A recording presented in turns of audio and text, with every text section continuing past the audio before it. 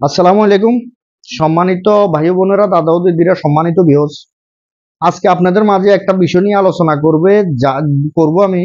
যাদের ছেলে মেয়ে পড়ালেখাতে অমনোযোগী, একটা বিষয় এটা নিয়ে আমি পরে আলোচনা করতেছি। যাদের ছেলে মেয়ে পড়ালেখা নিয়ে অমনোযোগী, পড়ালেখা করতে চায় না, এটা নিয়ে আমি পরের সাবজেক্টে আলোচনা করতেছি। এখন যেটা বলবো, আপনার ছেলে বিয়ে করে ফেলছে, আপনাদেরকে দেখতেছে না। আপনার ছেলে বিবাহ বিবাহ করছে, বা আপনার ছেলের বউ আপনার ছেলেকে কি করছে, বাধ্য করে রাখছে, আপনাদেরকে টাকা পয়সা দিতেছে না। ভালো পোস্টে আছে বা বিদেশে চাকরি করতেছে বা দেশে সরকারি চাকরি করতেছে, আপনাকে টাকা দিতেছে না। ভালো টাকা ইনকাম করতেছে, ওর ফ্যামিলি নিয়ে ও সুখে থাকে, আপনাদেরকে দেখতেছে না। ডাক্তারের কাছে যাইতে পারতেছেন না।